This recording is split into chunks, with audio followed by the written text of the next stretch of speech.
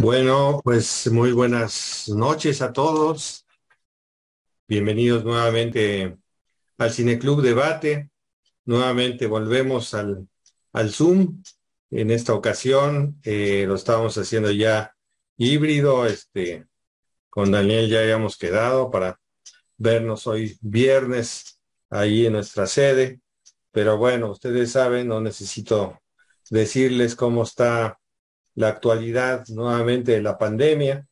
Cambiamos el ciclo porque pensábamos que ya la pandemia ya iba a quedar en la historia y íbamos a hablar más bien de la guerra, pero pues ahora hay pandemia, guerra, cambio climático, nuevos virus, en fin, siempre hay alguna problemática social de interés para todos, que de alguna manera también el cine se ha encargado de abordar y de analizar. Eh, y bueno, ya tenemos un ciclo que ya va cobrando cuerpo, ya llevamos bastantes películas, todas ellas muy, muy buenas, sobre este tema de la guerra. El ciclo se llama La guerra y las consecuencias en el psiquismo. Eh, Hemos visto películas, pues creo que todas muy buenas, pero yo creo que pues no podía, no podía faltar en este ciclo, eh, pues una película de Ingmar Bergman, pues tal vez uno de los mejores cineastas que ha dado el cine. Creo que pues, yo nunca he visto una película que podamos decir mala de Bergman. Creo que todas las podemos ver incluso muchas veces y volverlas a ver. Sí, entonces vamos a hablar de esta película. Nuestro invitado de hoy, pues ya ustedes lo conocen, prácticamente pues no necesita presentación para todos los que estamos en el mundo del psicoanálisis. También de alguna manera los cinéfilos, la gente que lo ha escuchado en varios lugares, en el Cineclub principalmente, pues ya saben que Daniel tiene toda una trayectoria prácticamente desde el inicio de este Cineclub, desde creo que desde el lugar de la librería del sótano, que estábamos en Quevedo, o tal vez la de antes, la Tomo 17, ya estaba Daniel comentando películas. Y además él ha comentado muchas películas sobre Bergman. Creo que es uno de sus directores predilectos, pues un director con una gran profundidad, que siempre justamente nos pone a pensar, nos deja como muchas preguntas sobre lo que es la condición humana.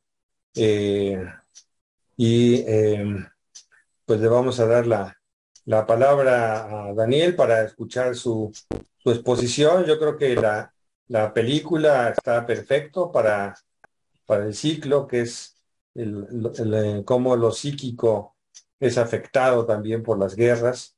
Creo que pues él va a abordar, ya no voy a decir más, para que lo podamos escuchar. Ya entró bastante gente del grupo. Y pues bienvenido, Daniel Gerber, te escuchamos con mucho gusto, mucha atención. Adelante. Sí, gracias. Buenas noches. Bueno, ahora, ¿verdad? Estamos en ciclos en torno a los cuatro jinetes del apocalipsis. Tuvimos la peste y ahora viene la guerra. Seguirán los otros dos después. Bueno, gracias a Alberto por eh, la invitación. Me sugirió casi 30 años que he comentado en los ciclos de cine debate. Varias de las películas de Berman han sido las que traté, ¿verdad? Entonces, No sé qué voy a hacer el día que se acaben las de Bergman, porque que voy a poder hablar después en el Cine Club. Bueno, ya veremos entonces. Y ahora se trata de esta película de 1968, que Bergman filmó en la isla de Faro, donde fue a vivir después de Persona, filmar Persona en 1966, y que, como podemos apreciarlo, no es una película, diríamos así, de guerra en el sentido convencional, ¿verdad? En donde podemos observar las motivaciones del conflicto, los bandos o países que disputan, sino más bien, en este caso específico, diríamos, los efectos de la guerra sobre el ser humano afectado por ella y a la vez presentar la guerra como verdaderamente una metáfora de las relaciones entre los seres humanos, ¿no? Particularmente la relación de pareja, que es, como sabemos todos, uno de los grandes temas de la cinematografía de Bergman, ¿no? Las posibilidades e imposibilidades en la pareja, ¿no? Y todo lo que en ella desencadena. Casi no hay película de Bergman que no toque esto de un modo u otro, ¿verdad? Y es así como en este periodo de su filmografía, en 2 años concretamente, entre 1968 y 1969, Bergman rueda 3 películas que abordan el tema de la pareja y su imposible encuentro y armonía. La hora del lobo, en primer lugar, la película de la que trataremos hoy, Vergüenza, y después, en 1969, Pasión. En el caso de esta película, la que nos ocupa, Bergman se centra en la vida de la pareja de Jean, que han dejado su orquesta a causa de la guerra para hacer lo que parece una especie de retorno a la naturaleza, aislándose literalmente, yéndose a vivir a esta isla, de algún modo huyendo de esa situación, pero que terminará por alcanzarlos, ¿verdad? La primera escena nos muestra una situación aparentemente trivial, el despertar de ellos un día cualquiera, pero hay signos exteriores inquietantes, ¿no? Hay una radio descompuesta, un sonido inhabitual de campanas, una llamada en el teléfono sin que nadie conteste, la movilización de un amigo. Todo hace pensar, ¿verdad?, que la guerra se aproxima a ellos. Sigue inmediatamente con el relato de Jean de un sueño que le cuenta a Eva. Ese sueño en el que él relata: habíamos vuelto a la orquesta, dice, estábamos ensayando juntos el 4º concierto de Brandenburgo, el andante, lo recordaba y como una pesadilla. Me desperté llorando, empecé a llorar cuando tocábamos. Es el sueño. Y la guerra en esta película es el escenario, un escenario, diríamos, en el que el ser humano vive una situación extrema, ¿no?, cuyas consecuencias siempre son desastrosas, ¿no? Sí, para esto es muy recomendable, desde mi punto de vista al menos, la lectura de un texto de Freud, un texto que Freud escribe en 1915 y conserva una absoluta actualidad. El texto se titula De guerra y muerte, consideraciones de actualidad. Texto que escribe de la Primera Guerra Mundial y todo lo que se está viviendo en Europa mucho conocimiento, digamos, del psicoanálisis porque es muy sencillo, ¿verdad? Y muy claro en todo lo que dice. Yo quería, lo voy a buscar un momentito porque lo dejé aquí, leer algunas partes que se pueden vincular claramente con esta película. Freud en este texto nos da a entender cómo la guerra desencadena ciertos elementos pulsionales de los sujetos que habitualmente quedan en estado latente o pueden sublimarse de alguna manera y dan lugar a la manifestación de una violencia desbordada realmente. Entonces, lo que dice Freud aquí, ¿sí?, es que en el ser humano no hay desarraigo alguno de la maldad. La investigación psicológica, dice él, en sentido más estricto, la psicoanalítica, muestra más bien que las emociones pulsionales de naturaleza elemental, ellas son del mismo tipo en todos los hombres y tienen por meta la satisfacción de ciertas necesidades originarias. Ha de concederse, agrega, que todas las mociones que la sociedad proscribe por malas, escojamos como representativas las mociones egoístas y las crueles, se cuentan entre estas primitivas. Son inhibidas, guiadas hacia otras metas y otros ámbitos, se fusionan unas con otras, cambian sus objetos, se vuelven en parte sobre la persona propia. Debido a esto que nos constituye, ¿verdad?, a todos, de un modo u otro, señala Freud algo que me parece muy importante y a veces en ciertos manicaísmos, ciertos discursos polarizantes que a veces escuchamos en los últimos tiempos, ¿verdad?, lo dejan de lado. Dice él, el hombre rara vez es íntegramente bueno o malo. Casi siempre es bueno en esta relación, malo en aquella otra, o bueno bajo ciertas condiciones exteriores y bajo otras decididamente malo. Interesante es la experiencia de que la preexistencia de fuertes emociones malas en la infancia deviene a menudo la condición directa para que se produzca un vuelco muy nítido del adulto hacia el bien.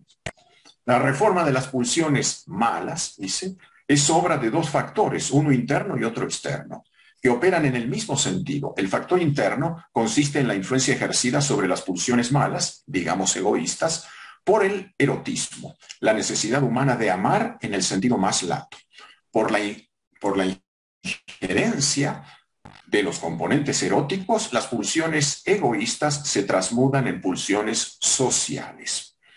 El factor externo, agrega él, es la compulsión ejercida por la educación, portadora de las exigencias del medio cultural, y prosigue después con la intervención directa de éste.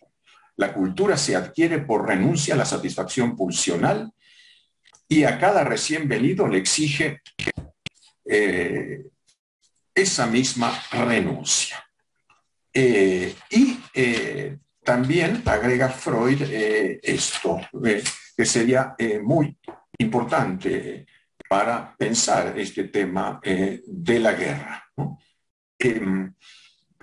Quien se ve precisado a reaccionar constantemente en el sentido de preceptos que no son la expresión de sus inclinaciones pulsionales, vive, entendido esto en su aplicación psicológica, por encima de sus recursos y objetivamente merece el calificativo de hipócrita, sin que importe que haya alcanzado conciencia clara de ese déficit. Agrega, ¿podría aventurarse esta aseveración? La sociedad, va a entender él, está edificada sobre esa hipocresía y tendría que admitir profundas modificaciones en caso de que los hombres se propusieran vivir de acuerdo con la verdad psicológica. Existen, por tanto, muchísimos más hipócritas de la cultura que hombres realmente cultos. ¿Qué quiere decir Freud con esto?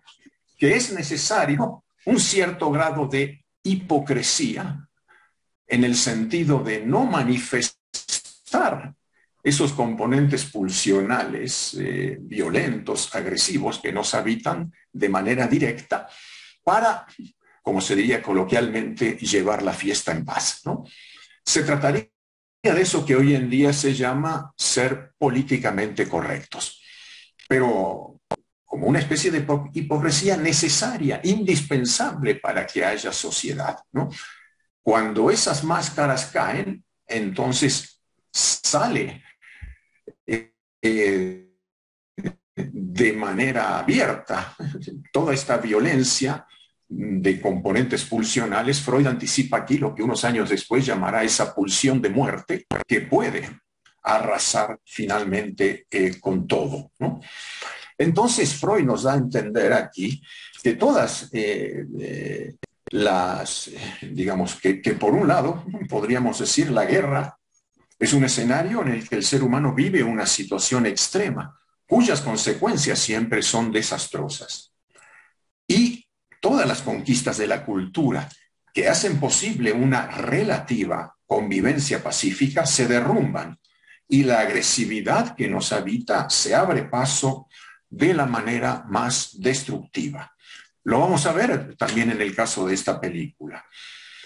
En la pareja de los protagonistas observamos que ella, Eva, se ve plena de vitalidad, muy activa, fogosa, con iniciativa, pero también frustrada de algún modo al no poder concretar su deseo de maternidad debido a la negativa de su esposo, quien, a diferencia de ella, se muestra más bien pasivo, desanimado, entristecido y agobiado por el dolor de la pérdida de su vida anterior de músico.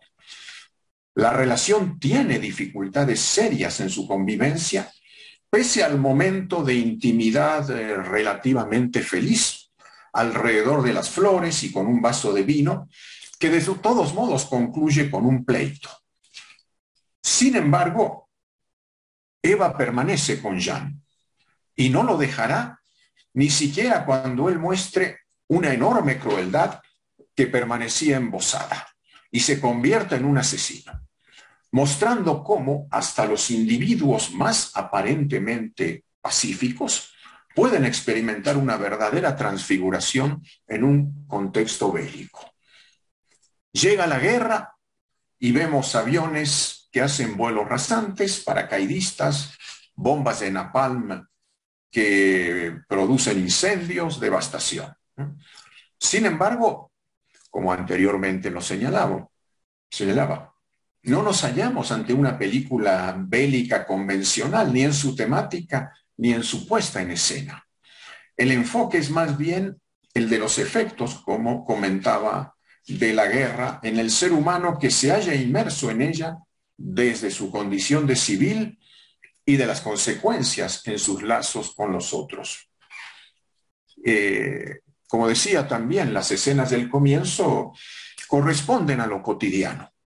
Una pareja se levanta una mañana cualquiera, un día entre otros, de una rutina normal. Pero el sueño que nos relata Jean nos introduce en el mundo de esta pareja de artistas que han huido de la guerra, refugiándose en una isla, todavía a salvo del conflicto bélico. Allí llevan una vida apartados de la actividad que realizaban y sobreviven con el cultivo de la tierra, de modo que el sueño de Jean habla de la nostalgia por el mundo que se perdió. Jean y Eva tienen algunos conocidos, como Jacobi, que colabora con los invasores, y Philippe, el pescador, que forma parte de la resistencia.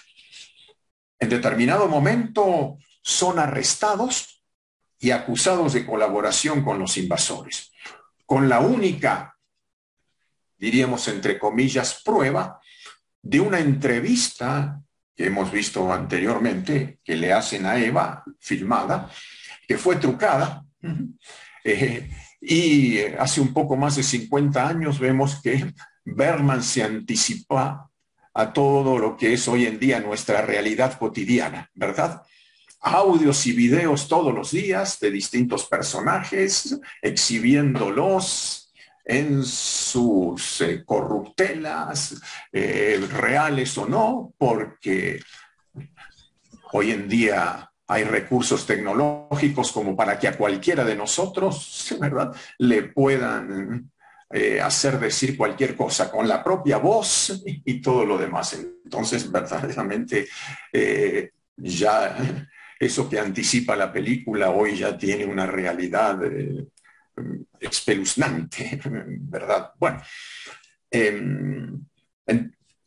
y como es lo característico en estas circunstancias, vemos que hay interrogatorios, violencia, mentiras, traiciones.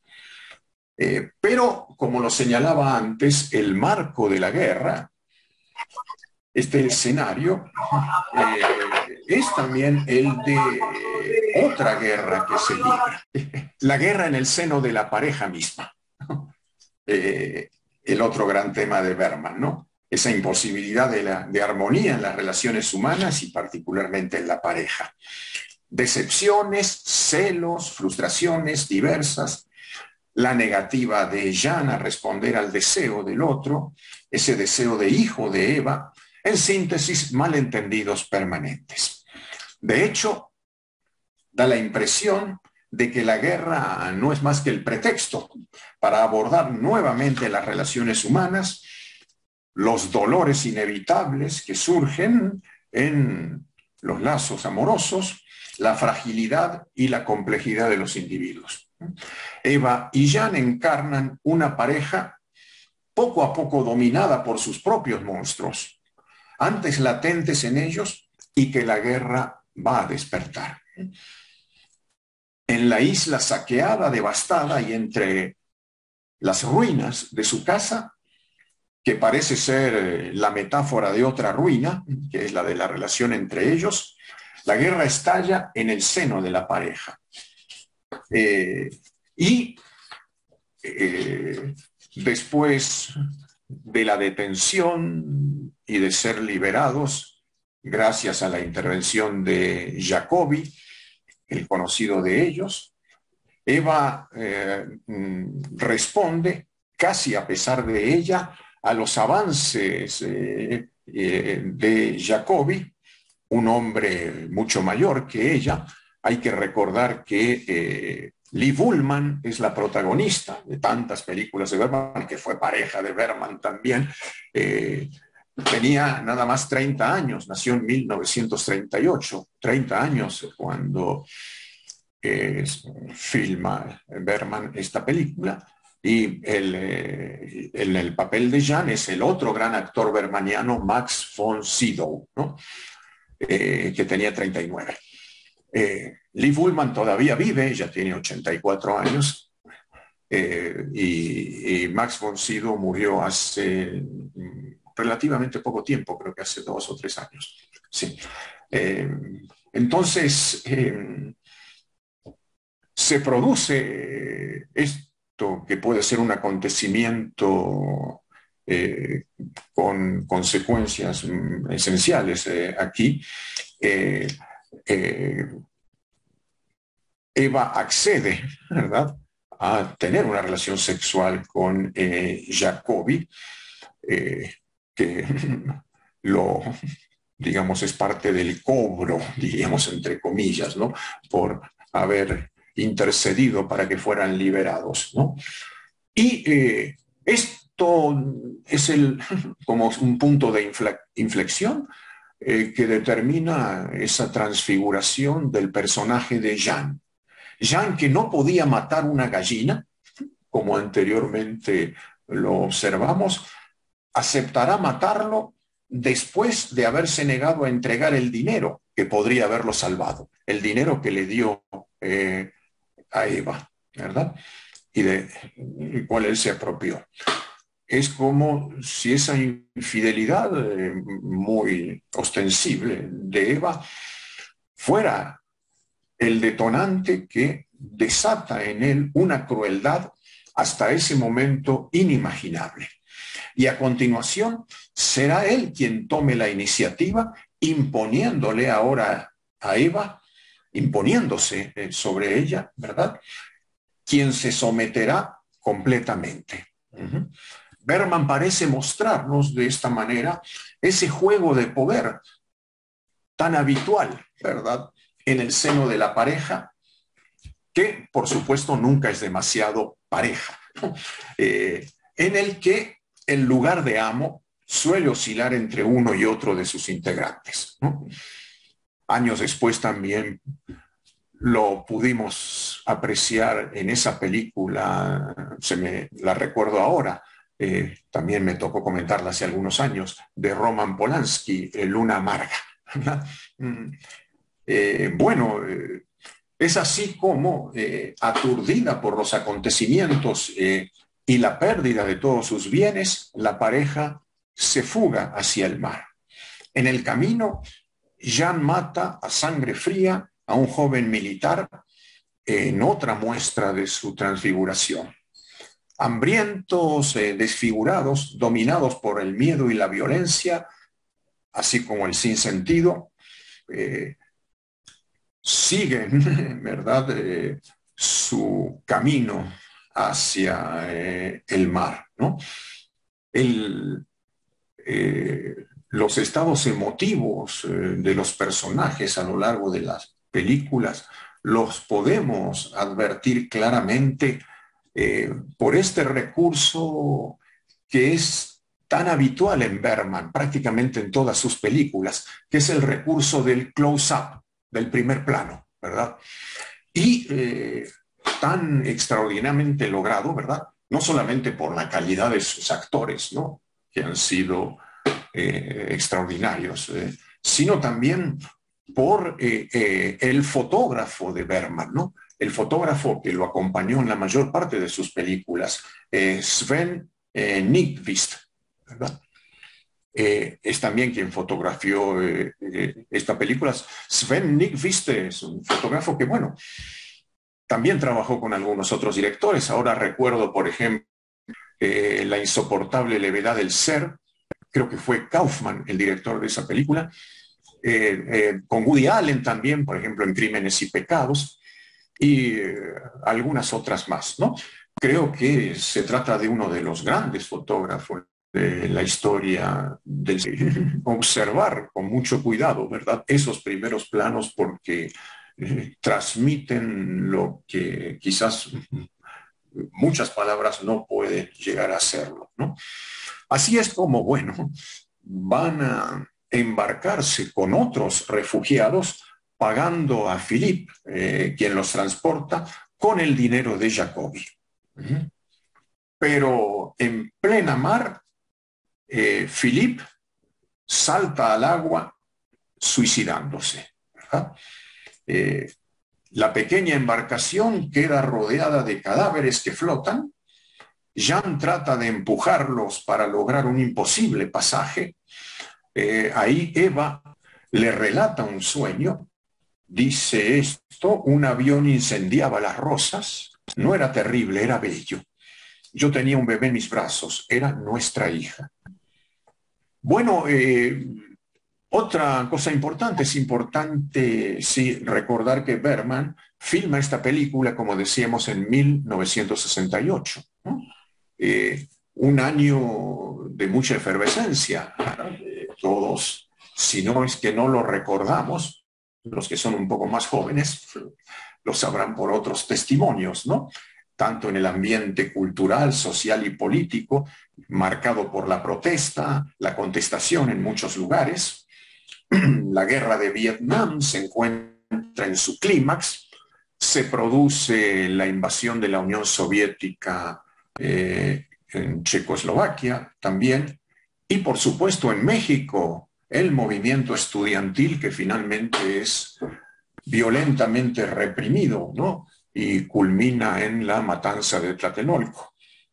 Pero en esta película lo que observamos nosotros, quizás todo este contexto, bueno, se hizo antes de Tlatelolco, ¿verdad? Incluso creo que de la invasión de la Unión Soviética a Checoslovaquia, ¿no? Pero en la película lo que nosotros, como decíamos, advertimos es que los países, los enemigos, los resistentes no son nombrados. No sabemos muy bien quién es quién.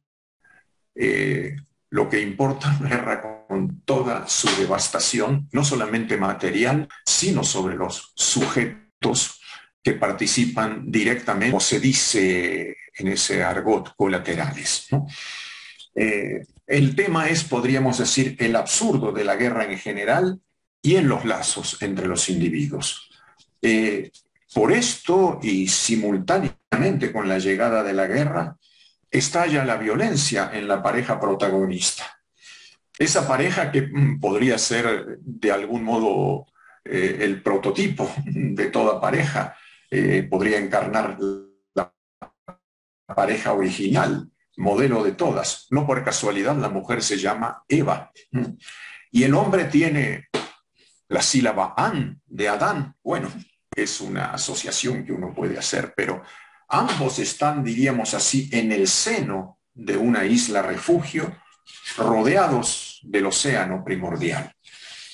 Y Vergüenza comienza con un sueño, el sueño de Jean, y concluye con uno de Eva.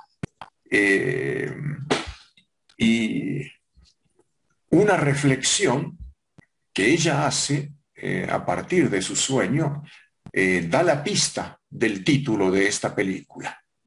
El sueño es: a veces todo parece como un sueño, no mi sueño, el de otro, pero yo participo en él. Cuando este otro se despierte, ¿tendrá vergüenza? Pues más que un sueño de Eva, en este caso su sueño es el que comenté anteriormente, podríamos decir que como ciudadanos comunes y corrientes que somos, estamos atrapados en los sueños de grandeza de otros y nuestro despertar es a la pesadilla de encontrarnos con las consecuencias asesinas de esos sueños políticos, económicos, ideológicos, de quienes detentan el poder que, evidentemente, podríamos decir, ellos nunca manifestarán vergüenza alguno. Tienen el suficiente cinismo como para sentir que la razón les asiste en todos los aspectos, ¿no? La pregunta es entonces si la guerra llena de vergüenza a quien descubre todas las atrocidades que llega a cometer, que se da cuenta que no es quien creía ser, ni siquiera con aquellos que podían haber sido sus seres más queridos, como esa transformación de Jean nos lo muestra, ¿no?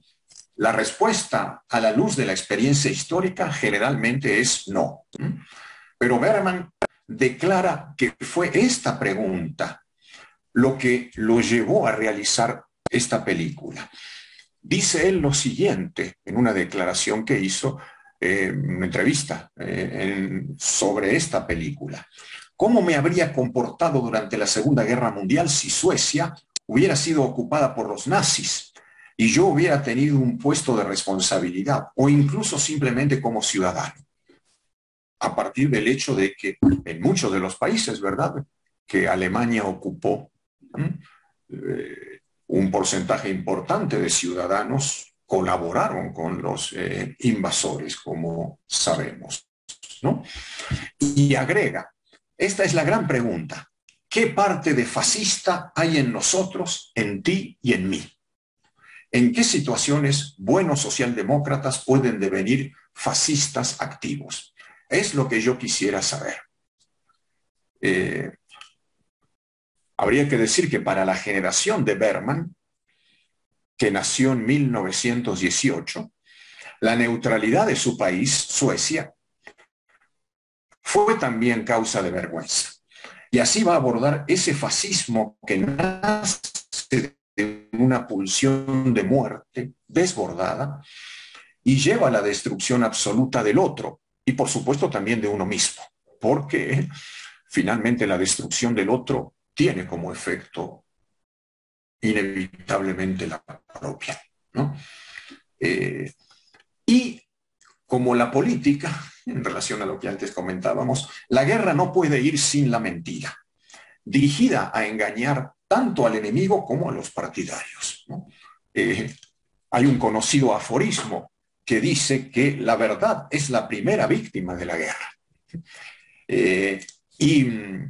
Jonathan Swift, el escritor irlandés, autor, entre otros libros de los viajes de Gulliver, escribió en 1733 un opúsculo titulado El arte de la mentira política.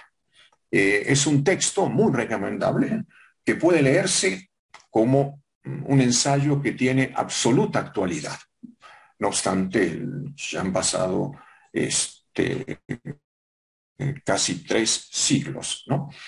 Y como decíamos, el uso de la mentira en la política y la guerra está claramente sugerido en esa entrevista filmada en la que una voz que no es la de ella le hace decir a Eva otra cosa. Jan, en su sueño, lloraba con un adagio de Bach. Eva sueña pues con un avión que incendia las rosas que se quemaban. Tenía un bebé en mis brazos. Era nuestra hija que se agarraba de mí. Sentía sus labios en mi mejilla. Y todo ese tiempo pensaba que tenía que acordarme de algo, pero olvidaba de qué. Bergman comenta esto. Son las rosas que arden. Es el hijo que ella siente en su mejilla. Este algo es todo lo que es. Eso tiene relaciones con el amor. Después, el violín y el piano, los instrumentos de estos músicos son destruidos. Una niña, un adolescente, los amigos son asesinados. El arte y el amor, lo que hace cantar a la vida, son destruidos. En este sentido, podríamos decir que la escena final es sublime y terrible a la vez, ¿no? En la niebla, la pequeña embarcación en la que huyen vaga sin rumbo. Palabras podrían ser las de un condenado en la barca de Caronte, perdido en las aguas turbias de la laguna Estigia. Simultáneamente, comentábamos acerca de los close-up, ¿no? La cámara enfoca el rostro de Eva como un fantasma viviente, mirándonos con desesperación, mientras Jan, el artista, está reducido a remar en un mar de cadáveres. Estas son imágenes que no pueden dejar a nadie indiferente. Y para concluir, podríamos decir que a diferencia de otras películas de Bergman, en esta es un acontecimiento exterior brutal, como la guerra, lo que saca a la luz los puntos de fractura en los lazos entre sujetos. Así, con imágenes de una tremenda violencia, no tan común en Bergman, pero también de una poesía extraordinaria, estamos ante una obra maestra que presenta una visión de pesadilla. Pero no solamente eso, creo que también una posibilidad que se atisba en la pregunta de Eva a Jan mientras se pierden en el mar. ¿Cómo continuar si ya no se puede hablar? En medio de la violencia sin límites, vergüenza es una llamada a reencontrar la palabra, ¿no? Como única manera de rehacer los lazos humanos indispensables para la vida. Bueno, y entonces por eso mismo yo espero que también de ustedes surja la palabra aquí para que podamos también mantener y hacer más fuertes esos lazos con el pretexto de esta película. Muchas gracias. Muchas gracias, Daniel. Felicidades. Excelente tu análisis, muy completo. Lo que nos pides de alguna manera se vuelve difícil cuando parece que le das explicación a todo y no nos dejas con dudas, con enigmas. No, yo creo que sí los hay, por supuesto. Sí. Yo creo que no solo por la película, sino por todo lo que acabas de decir. Les recuerdo para la dinámica que tenemos en el Cineclub. Las participaciones son de viva voz. Entonces, para el chat, solamente para saber quién quiere participar, basta con anotar su nombre o simplemente decir, quiero participar. No pongan manitas porque luego no las veo, porque luego hay varias páginas. Entonces, ustedes ya saben, poner su nombre o decir, me interesa participar. de viva voz, siempre son los comentarios para comentar algo sobre la película, lo que ha dicho Daniel Gerber, especialmente, y poder hacer algún tipo de dinámica. Eh, la película, pues digo, ahora que estábamos hablando de las pandemias y las guerras, justamente uno de los fenómenos también que se pueden apreciar en lo post-COVID, aunque estamos en plena ola, pero ya la gente sale, está afuera, ¿no? Fue que se crearon muchos conflictos, ¿no? Dentro de las familias que no podían salir, que estaban encerrados, y yo creo que la ola de divorcios va a crecer después de todo esto. Con los hijos ya no aguantaban a los padres a los hijos, en fin, toda esta serie de, de, de temas que de alguna manera estás también tocando, ¿no? Esta cuestión de las relaciones de pareja, de la pulsión del eros y la pulsión de muerte, ¿no? ¿Qué tan parejas son las parejas o qué tan... Todos estos fenómenos que se han agudizado, tal vez mucho más, ¿no? Los feminicidios, tal vez en estas guerras pues también están ciertos feminismos muy exacerbados, ¿no? Eh, eh, en fin, la película es extraordinaria, ¿no? Los cambios de personalidad que van teniendo los personajes a partir de todo esto que tú nos comentas, Jan, ¿no? Que era incapaz de matar una gallina, ¿no? Que podríamos decir es un individuo que ama la música, pero al mismo tiempo es sumamente cobarde, miedoso, como las gallinas, y que se acaba convirtiendo en un ser despiadado, ¿no? Cruel. De dónde viene todo eso, ¿no? Yo creo que has tocado muy bien todos estos temas, todas estas cuestiones que están ahí latentes en el ser humano, ¿no? La película, este sueño de inicio y termina también con un sueño, ¿no? El sueño de lo que fue al inicio, de lo que fue su vida y después el sueño de lo que no pudo ser, ¿no? Este, Nos sitúas también, pones en cuestión todo este tema de si es posible ser un pacifista, ¿no? ¿Qué tan pacifista puede ser alguien que dice todo el tiempo que besos y abrazos? Creo que también tu comentario lo sitúas muy bien en nuestra realidad, en la realidad mundial, y pues vamos a ver si alguien se anima a hacer algún comentario, alguna pregunta, de los compañeros psicoanalistas o no psicoanalistas. Tengan confianza, Daniel les va a responder a todo lo que ustedes pregunten. Sí, preguntas u opiniones o Sí, comentarios. comentarios, Otra lo que cosa. ustedes gusten. Sí, bueno, esto que decía, Adelante. bueno, recuerda un poco la transfiguración esta que decía de Jean, ¿no?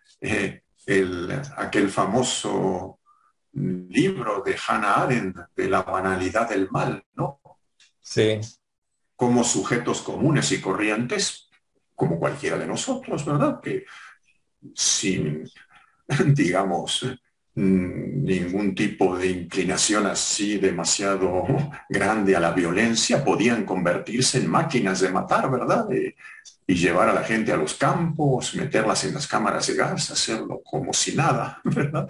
sí. El músico, ¿no? Que, bueno, por ahí anda una colega que es música, ojalá y se anima a Sí. decir, a decir algo, Patricia, porque bueno, uno piensa en alguien que es amante de Bach, ¿no?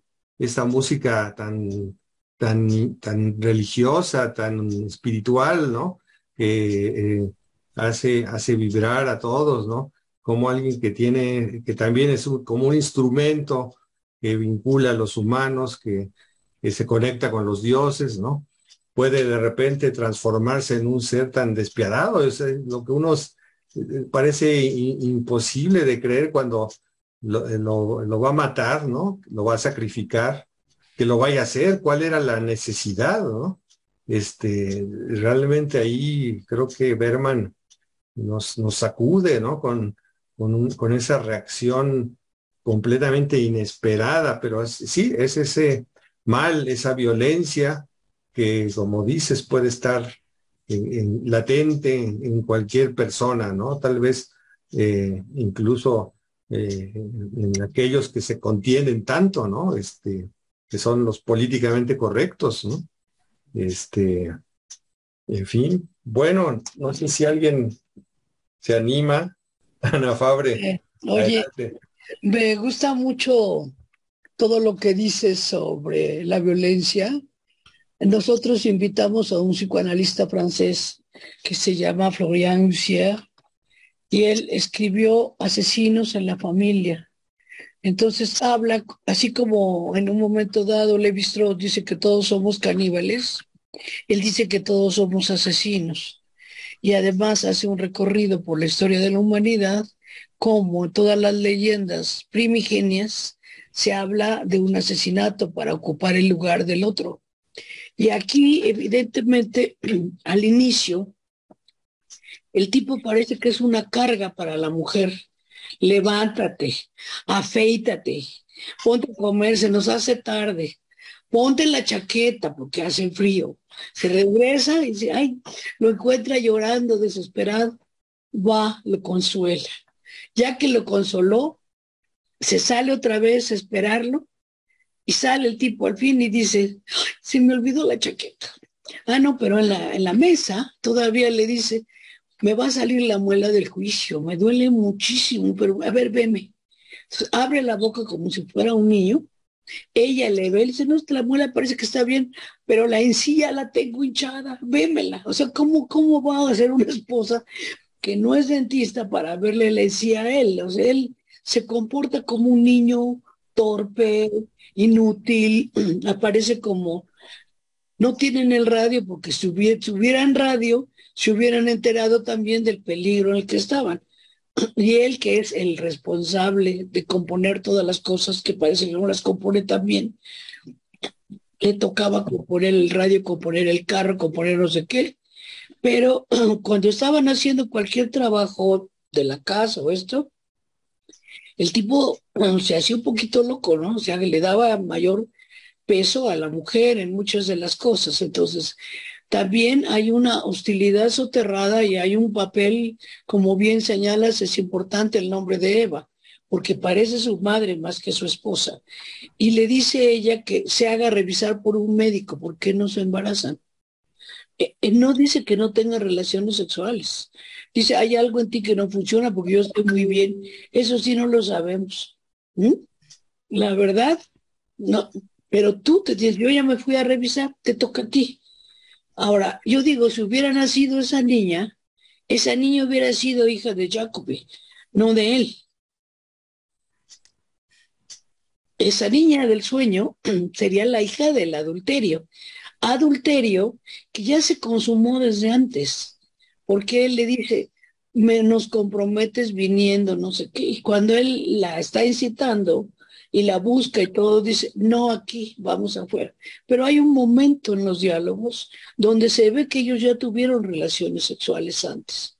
Claro que ella se somete porque tiene temor, porque el tipo puede ser de los que orquesten un linchamiento, en fin, un asesinato, un fusilamiento. Y con respecto a lo que tú dices, recuerda que los rusos, cuando iban conquistando espacios, iban filmando las escenas para mandarlas al siguiente lugar donde iba a llegar el tren y allí pasaban las escenas de cómo habían ido derrotando a los otros ejércitos. Eso es lo que llama Baudrillard un manejo ideológico de la escena. Sí. Lo que hacen estos es truquear la voz de ella. También está muy cercano, tú mencionabas de la insoportable levedad del ser, pues yo hablaría de la broma.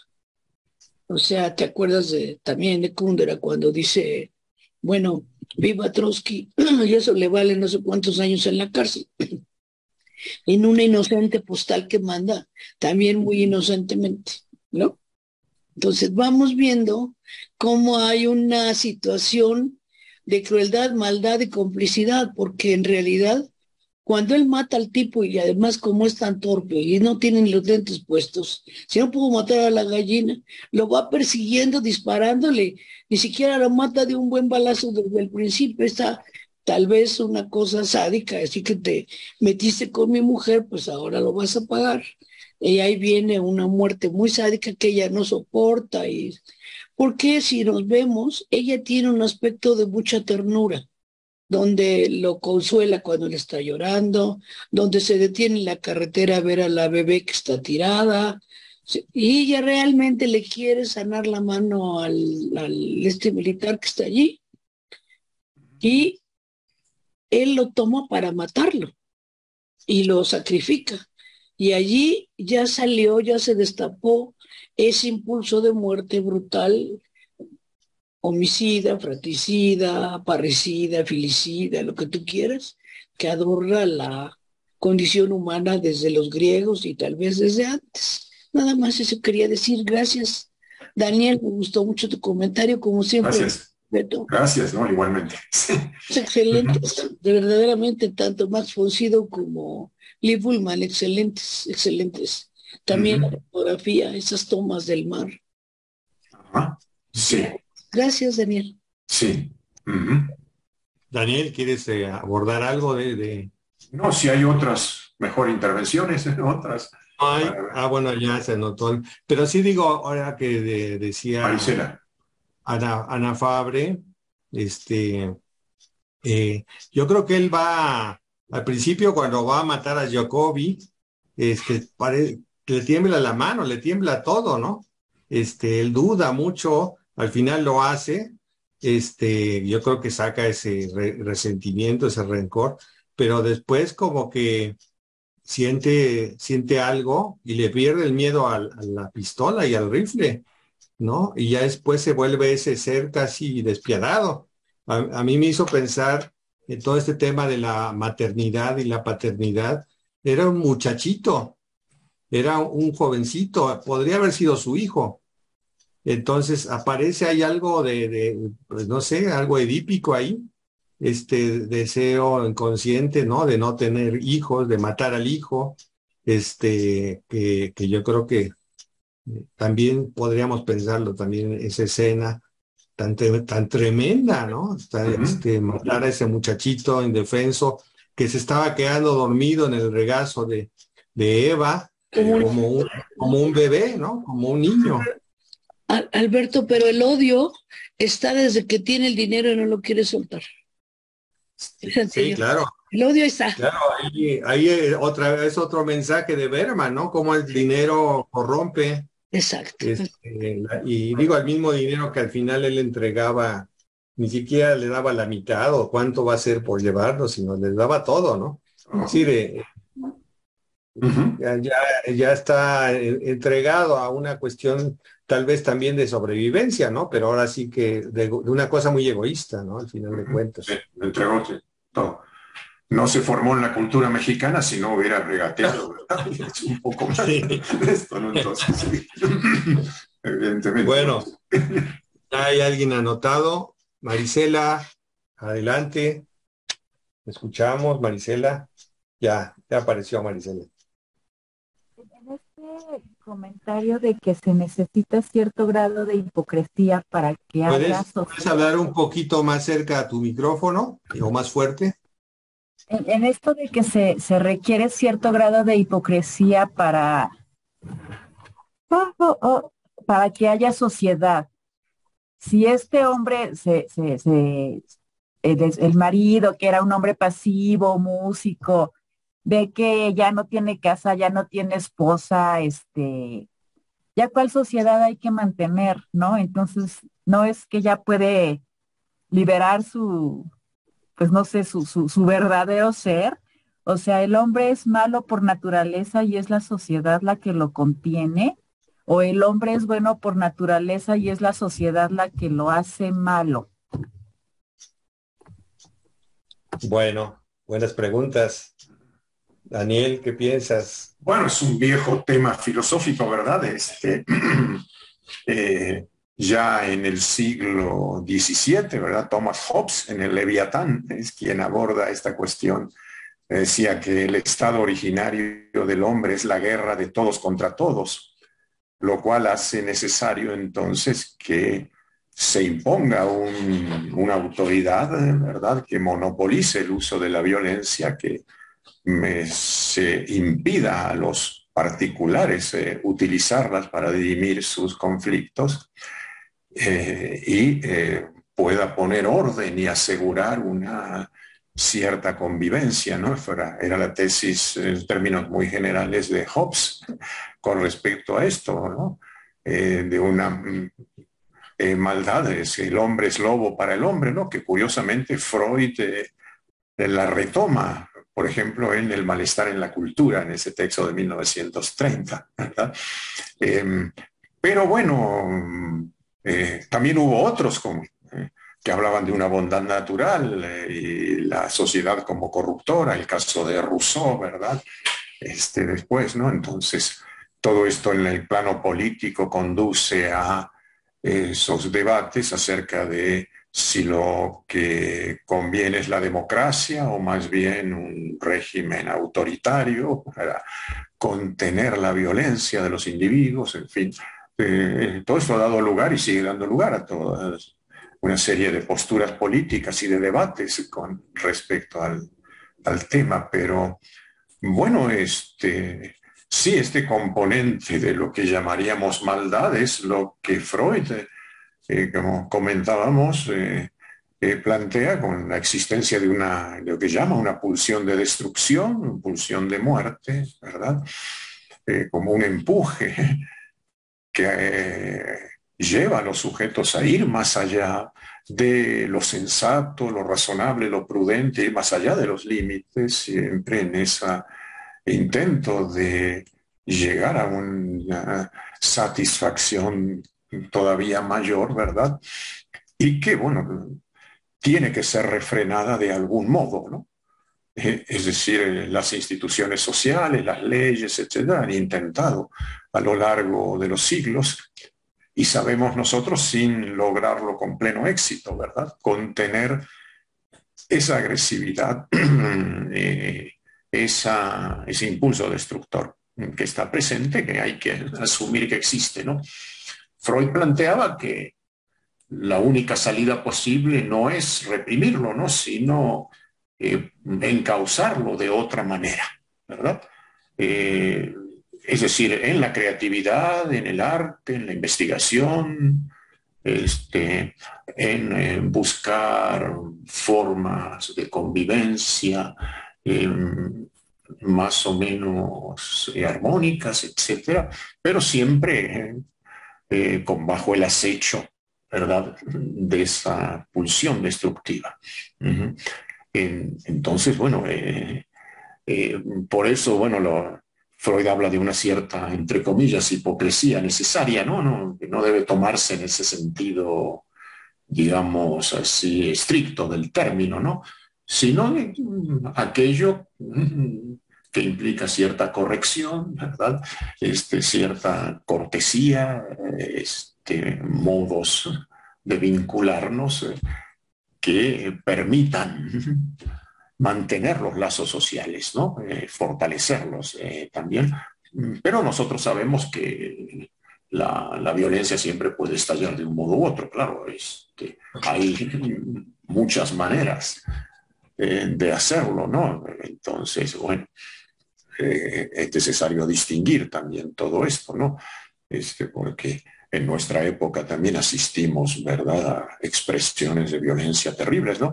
Lo que ocurrió esta misma semana, ¿verdad?, en Zapopan, Jalisco, esa mujer que fue quemada viva, ¿no?, aparentemente por algunos vecinos, y a raíz de, según dicen, los ruidos que causaba un hijo de ella, autista, ¿verdad? Y bueno, eso es al menos la información que circula, pero es impresionante, ¿verdad?, que lleguen a ocurrir cosas de tal magnitud, ¿no?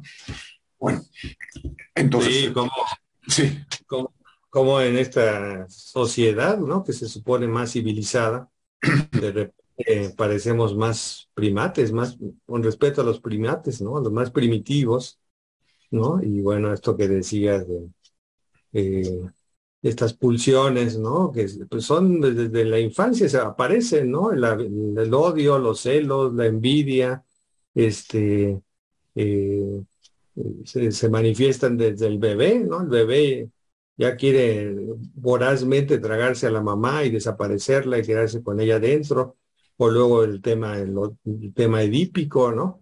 Que quiere matar al papá y quedarse con la mamá. Pues ya desde ahí está toda esa Los violencia, conflictos entre los hermanitos, ¿verdad? Los celos y todas las las rivalidades fraternas, rivalidades. ¿no? Sí, claro, Todo claro. esto que Lacan, tú te especializas mucho en Lacan, lo que narra, lo que explica Lacan en el estadio del espejo, ¿no? Bueno, el niño expresa todos los celos por su propia imagen en el espejo, ¿no? Eh, en fin, creo que pues es todo un tema, esto que pregunta Marisela, pero pues yo creo que es como para abordarlo a lo largo de este ciclo, ¿no? Estas pasiones humanas. Está Alejandra, Lara. Así Adelante, es, Alejandra. Mucho gracias. gusto. Puedes poner tu cámara si gustas. O- Ahorita no se puede, pero con mucho gusto vale, participo. De adelante. entrada me sorprende cómo es una guerra que no se ve, la escuchamos y la sentimos, porque no vemos a los soldados, o sea, esa magia me encantó, o sea, Sí. que lo lleva a la reacción del ser humano, de la condición humana y cómo puede desatar, ¿no? Tantas cosas. Y la impotencia de la creación durante la guerra. Cómo los artistas no sé, se cohíben o se coartan cuando hay guerras. Y quiero preguntar, sobre todo a Daniel, ¿podrá el arte sopesar más en periodos de guerra o hacer algo que pudiera minorar, no sé, todas las secuencias o secuelas de una guerra? Muy bien, muy buena pregunta. Daniel, adelante. Bueno, ya desatada la guerra parece un tanto difícil, ¿verdad? ¿No? Así es. Esto, bueno, el arte efectivamente sublima, permite sublimar, canalizar, encauzar esas energías destructoras, ¿no? De una manera creativa. Bueno, de algún modo, ese componente agresivo, violento, destructivo que nos habita puede tomar diferentes expresiones, ¿no? Ya sea la destrucción directa en bruto, digamos así, o puede canalizarse de otra manera en la creación, ¿no? El problema es que ya una vez Desatado. roto los lazos, desencadenado el odio, desbordado, ¿verdad? La violencia, la destructividad.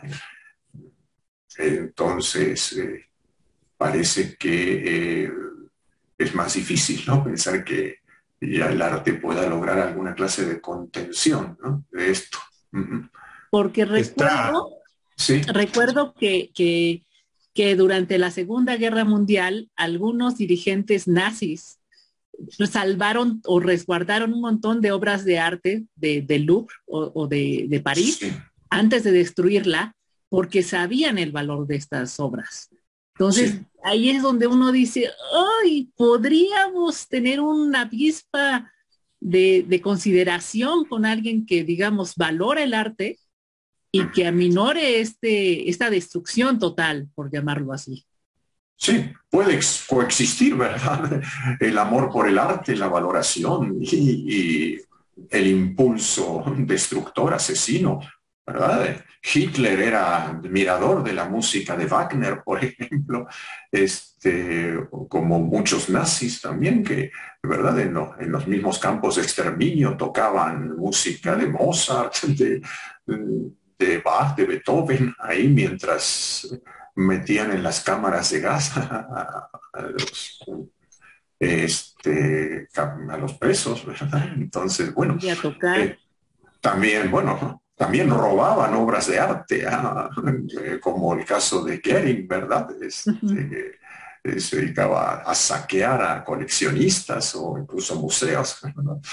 Sí, puede coexistir tranquilamente, ¿verdad? La afición por el arte con esta otra parte, ¿no? En algunas circunstancias, ¿no? Es como si permaneciera algo escindido ahí, ¿no? En el ser humano, ¿no? Que es esto que aparentemente parecerían contradictorios, ¿no? El arte y la guerra, ¿no? El mismo Hitler pues quiso entrar a la escuela de Bellas Artes, ¿no? Quiso Quería entrar, ser claro. pintor.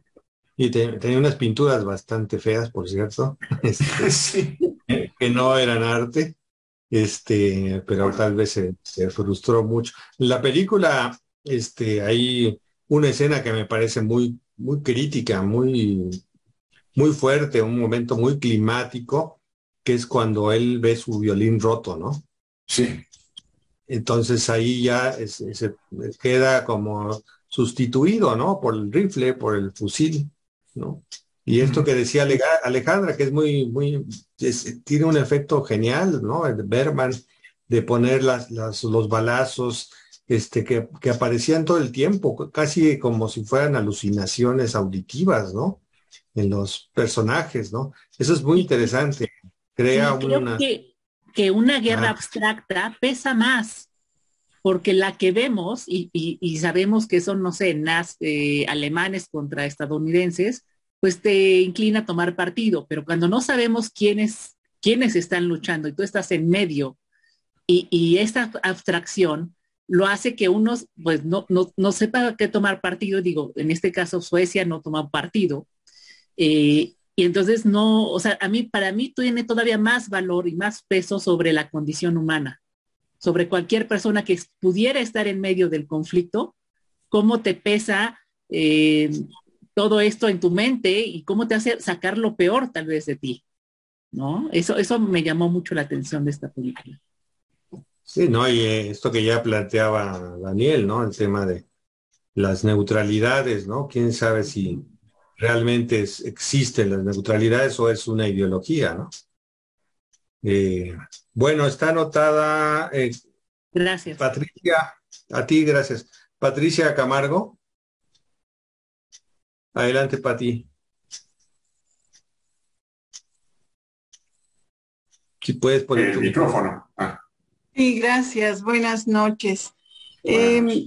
Yo percibo en el caso de Jan como una respuesta o un cambio por lo contrario, como respuesta a todo aquello que domina a la pareja en la primera parte y que es recriminado constantemente eh, de parte de Eva. Eva también tiene lo suyo para desesperar a Jan en muchos momentos, ¿no? Y como muchos desacuerdos en la forma que tiene este varón eh, al relacionarse con ella.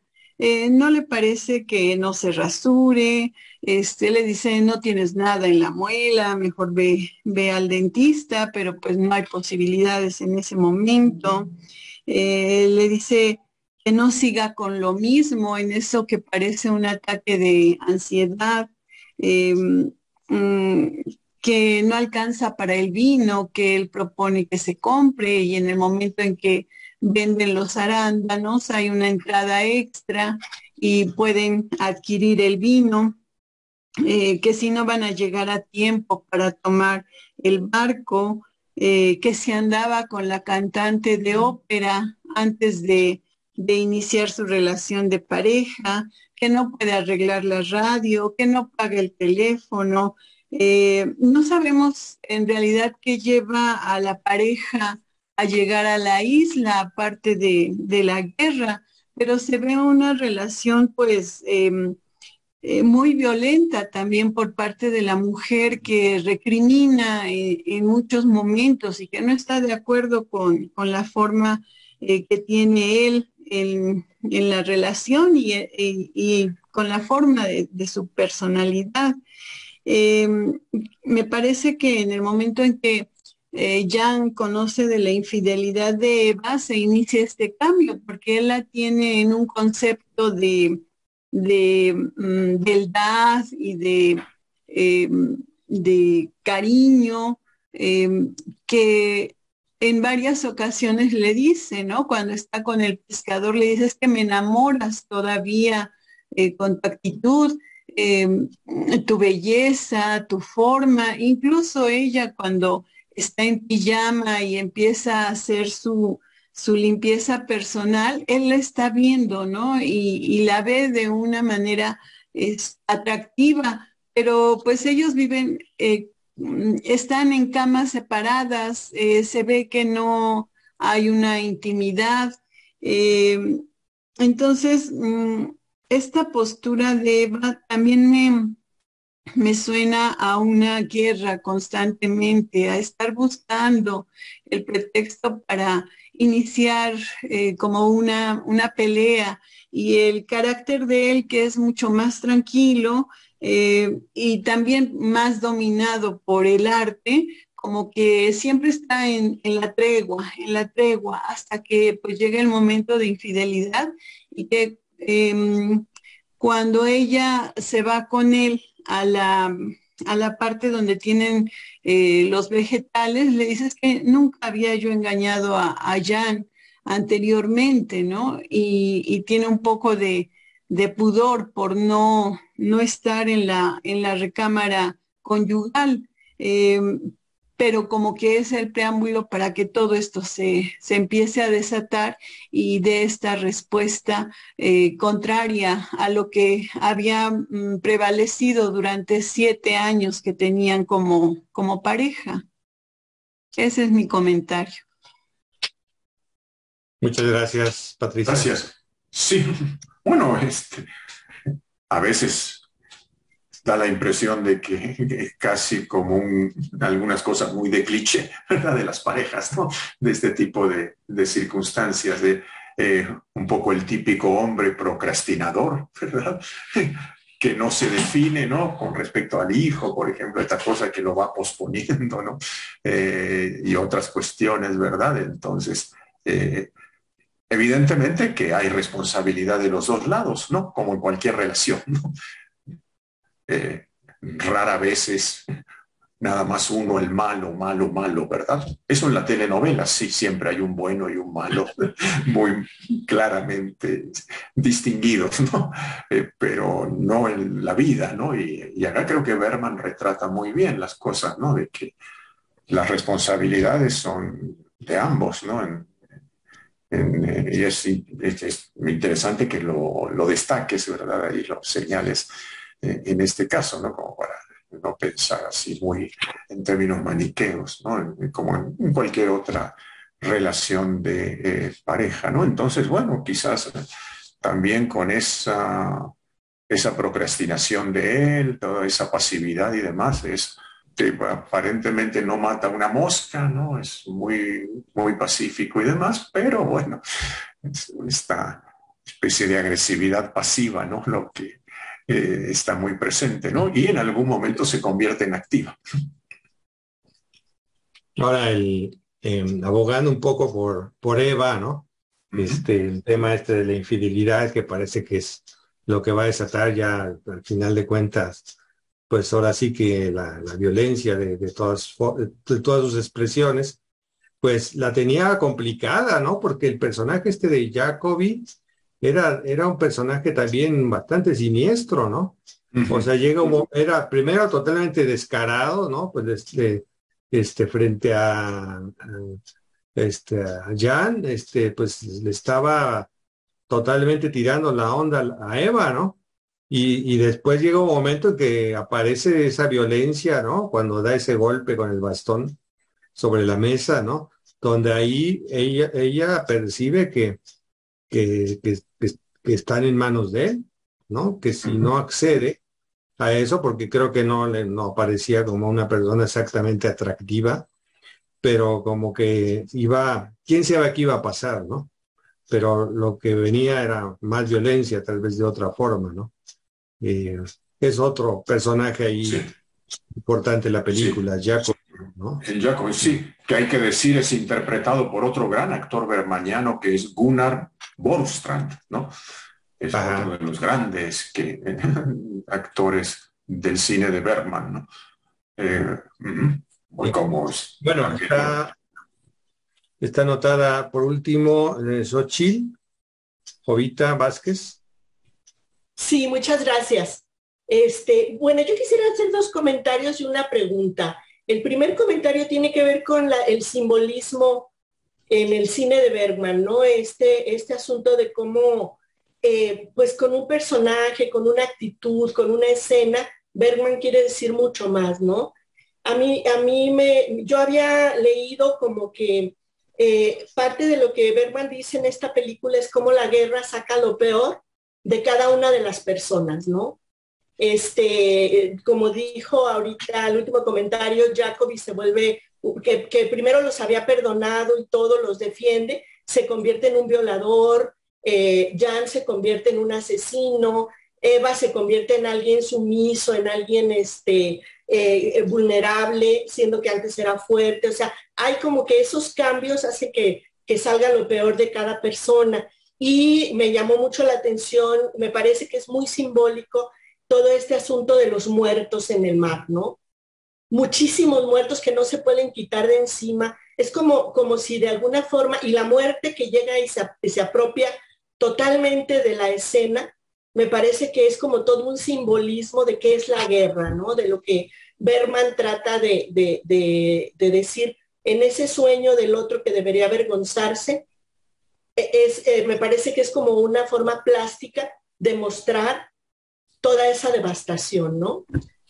El segundo comentario tiene que ver con este tema que estaban mencionando de la hipocresía, porque quisiera comentar que hay un librito que se llama La disimulación honesta, de Torcuato Acheta. Este libro es de 1641, ¿no? De la sabiduría barroca, así es como se menciona, y quisiera comentar que este libro maneja, este autor curiosamente maneja esta disimulación honesta, que es justamente como un lubricante social, ¿no? Que permite que las personas puedan, pues, congregarse.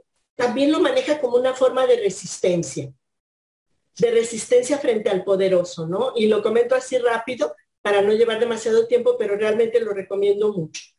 Y por último dije una pregunta, que quería hacer una pregunta, y quisiera preguntarle al doctor Gerber, ¿cómo es que para su experiencia, su lectura, cuáles son las condiciones, según el psicoanálisis, para que pueda darse la sublimación?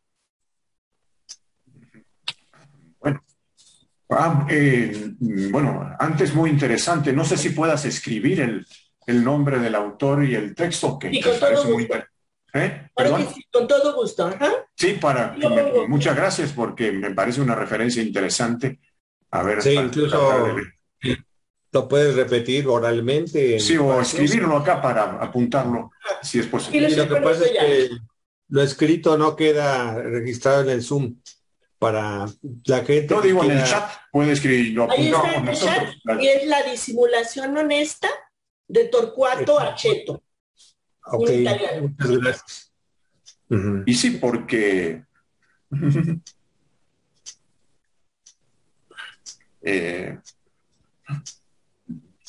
bueno, de algún modo es la idea de Freud también en este caso, ¿no?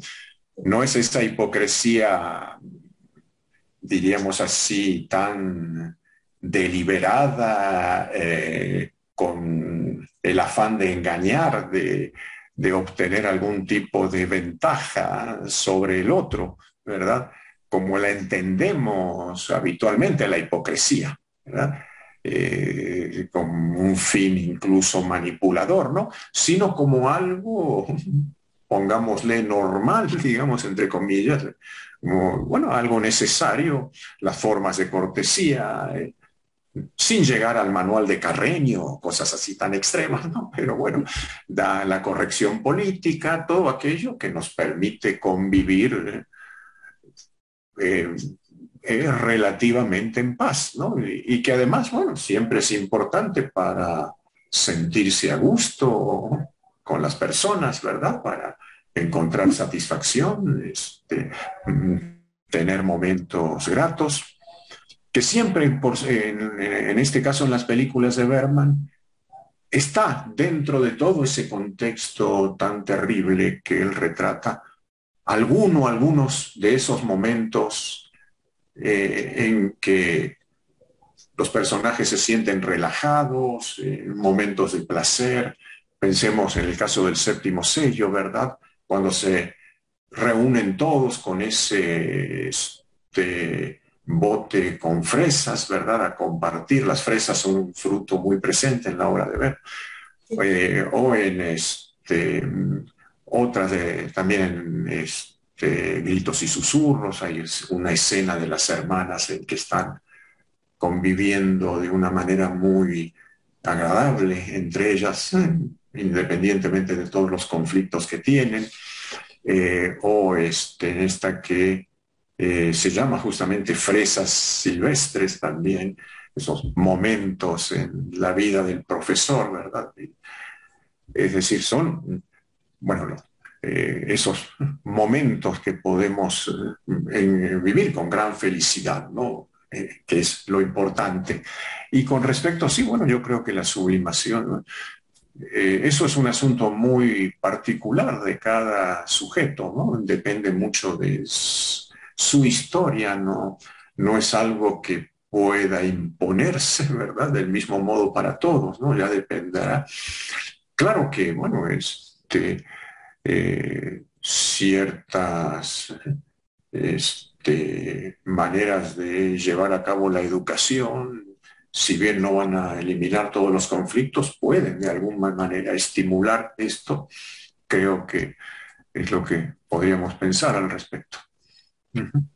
Sí, yo creo que tal vez el mismo Bergman, ¿no? Porque él vivía, era un personaje atormentado.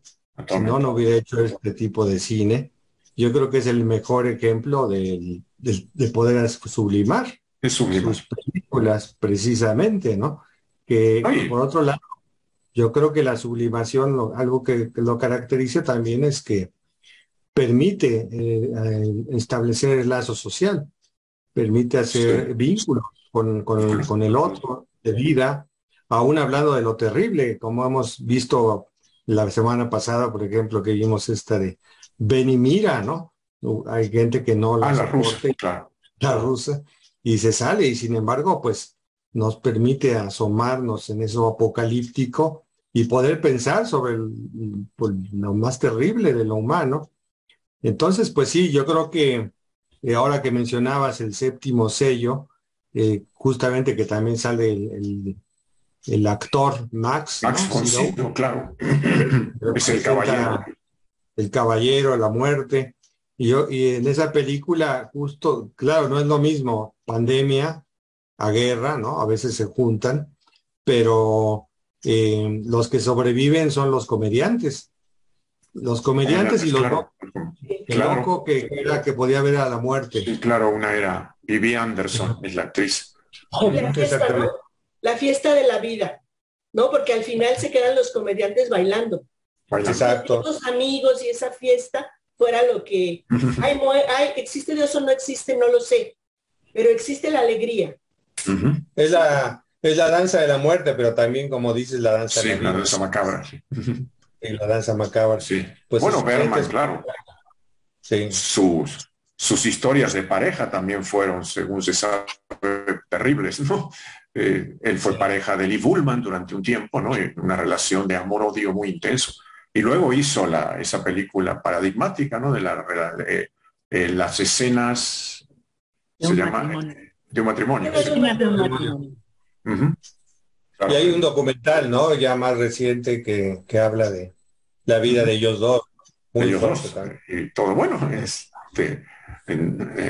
Sí. Él, claro, hijo de un pastor protestante, muy rígido, riguroso, autoritario, terrible, ¿no? Hay una película que hizo el hijo de Bergman, Daniel Bergman, creo que sobre los padres, ¿verdad? Sobre sus padres, ¿no? Y cómo toda la historia de ellos, ¿no? Y bueno, sí que muestra un poco, ¿verdad?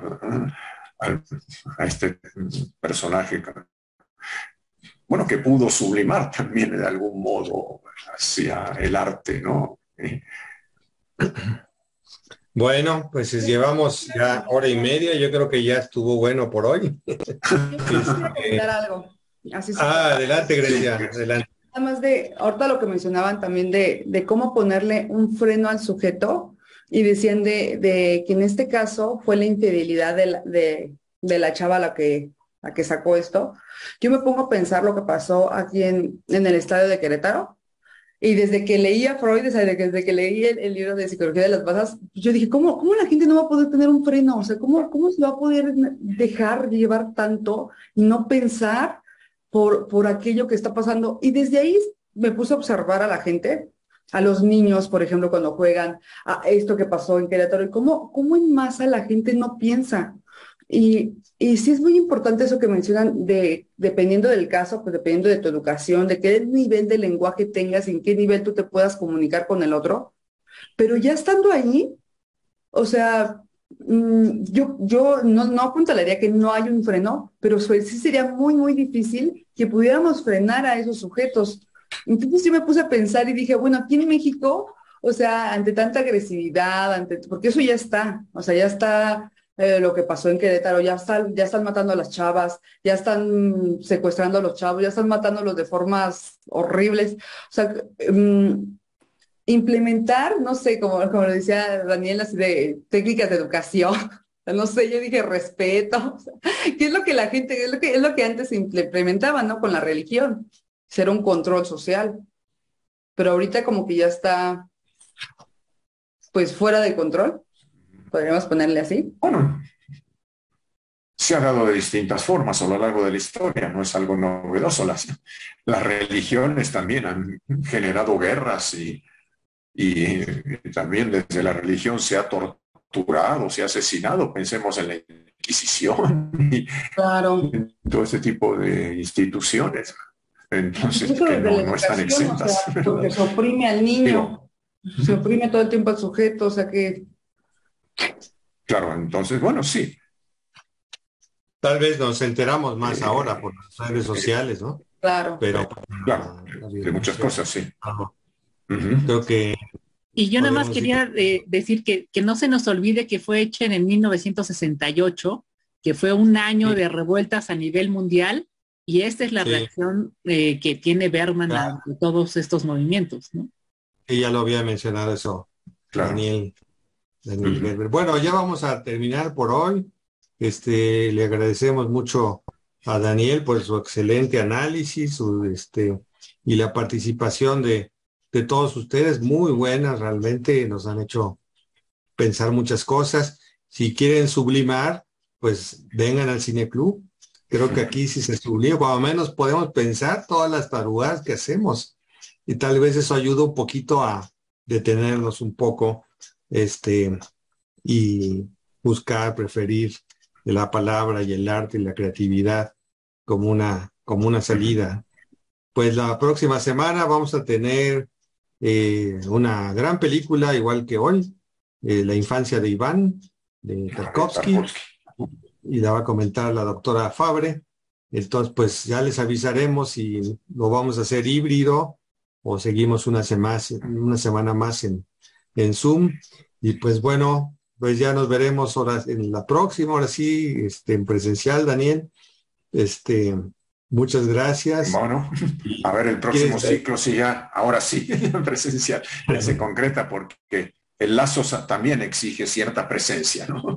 Así es, así es. Sí. Y lo hemos estado haciendo, pero pues ahorita sí se nos atravesaron algunos problemas con la gente que me ayuda ahí en el Zoom, se contagió, entonces pues es muy difícil ya estar en un espacio grande, estar corriendo del Zoom al micrófono, entonces pues por eso lo pospusimos por esta ocasión. Sí.